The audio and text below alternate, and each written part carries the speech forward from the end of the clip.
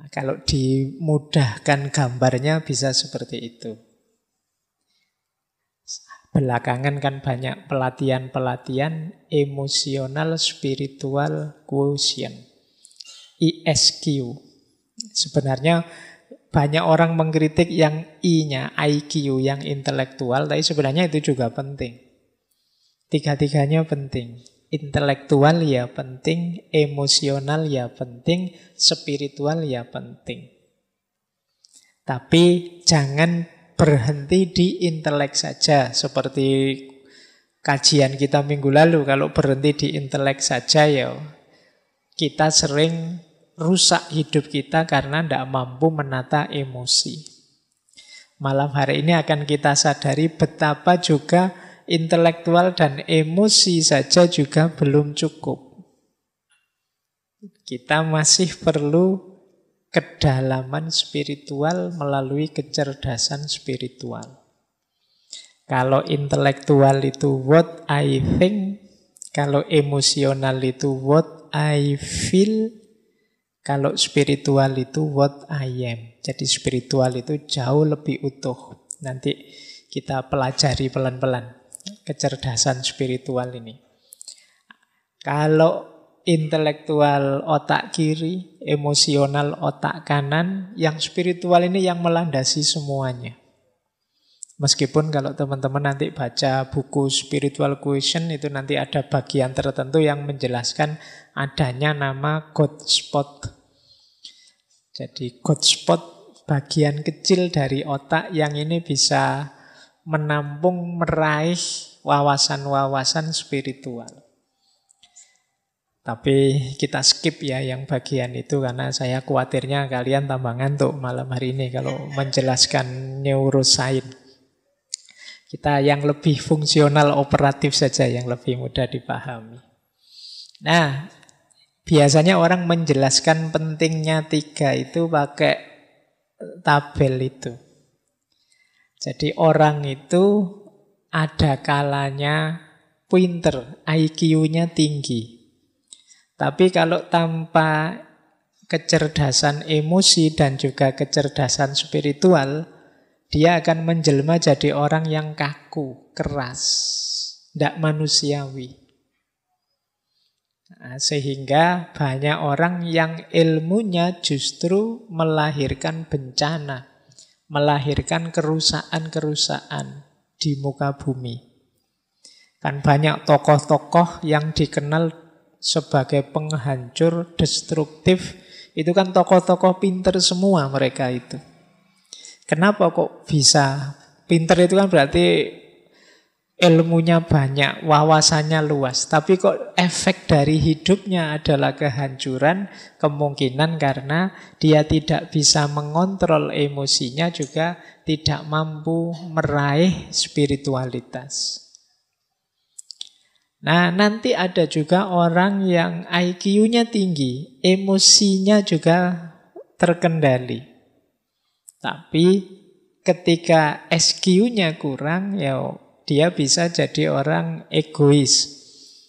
Egois itu ya nyari nyamannya sendiri, nyari enaknya sendiri. Bisa juga dia jadi orang apatis, orang yang cuek, tidak peduli dengan yang lain, yang penting aku enak, aku nyaman. Bisa jadi orang agnostik, peduli amat. Tidak mungkin aku bisa membahagiakan semua orang, ya aku nyari enak sendiri. Para diktator, para koruptor. Diktator itu kan, dia koruptor itu kan juga pinter sekali. Dia ngambil uangnya pinter sekali, ngambil enaknya. Tapi dia spiritualitasnya rendah. Bukan agama ya, spiritualitas tidak sama dan sebangun dengan agama. Ada orang yang beragama tapi spiritualitasnya rendah. Ada ateis tertentu tapi spiritualitasnya tinggi. Itu nanti tema yang lain. Tapi intelek saja dan emosi tanpa spiritualitas ya belum utuh. Jadi jatuhnya bisa egois, bisa agnostik, bisa orang yang apatis, atau tidak punya tujuan. Mungkin teman-teman sering merasakan, lupa saya itu kaya. Apa-apa juga beres, hubungan sosial juga baik, tapi kok rasanya hidupku hampa ya. Nah, itu kemungkinan kekurangan variabel spiritual ini. Ya kalau kalian susah, sulit, miskin, itu kan mending ya. Kan ada orang itu kaya, jabatannya tinggi, anak-anaknya sukses semua, tapi merasa hidupnya hampa. Kemungkinan unsur spiritualitasnya kurang. Saya bilang tadi ini nanti hubungannya dengan makna. Biasanya orang yang spiritualitasnya kurang itu tidak bisa menjawab pertanyaan mengapa. Jadi kalau sudah kaya terus mengapa? Kalau sudah sukses terus mengapa? Itu jawabnya susah. Nah, ini kemungkinan spiritualitasnya masih rendah. Ada yang sebaliknya. IQ-nya tidak diurusi, emosinya juga diabaikan, spiritualitasnya sangat tinggi. Nah, ini biasanya kelompok-kelompok asketik, orang yang menjauh dari kehidupan ramai. Tidak terlalu butuh rasionalitas, emosi, hubungan dengan yang lain, tapi spiritualitasnya tinggi. Ini orang-orang asketik. Menjauh ya, mereka tidak dapat banyak masalah karena memang tidak terlibat langsung dalam hidup sehari-hari. Maka penting dalam hidup ini tiga-tiganya utuh. IQ-nya ya jalan, emosinya terkontrol, spiritualnya terpenuhi. Ini kalau dalam konsepnya Muhammad Iqbal namanya insan kamil. Manusia yang utuh, semua potensinya optimal. Nah, ini namanya insan kamil. Yo pinter, yo berakhlak, yo religius spiritual. Nah, ini berarti utuh hidupnya. Nah, ini mungkin ideal ya, kita menuju ke situ semua.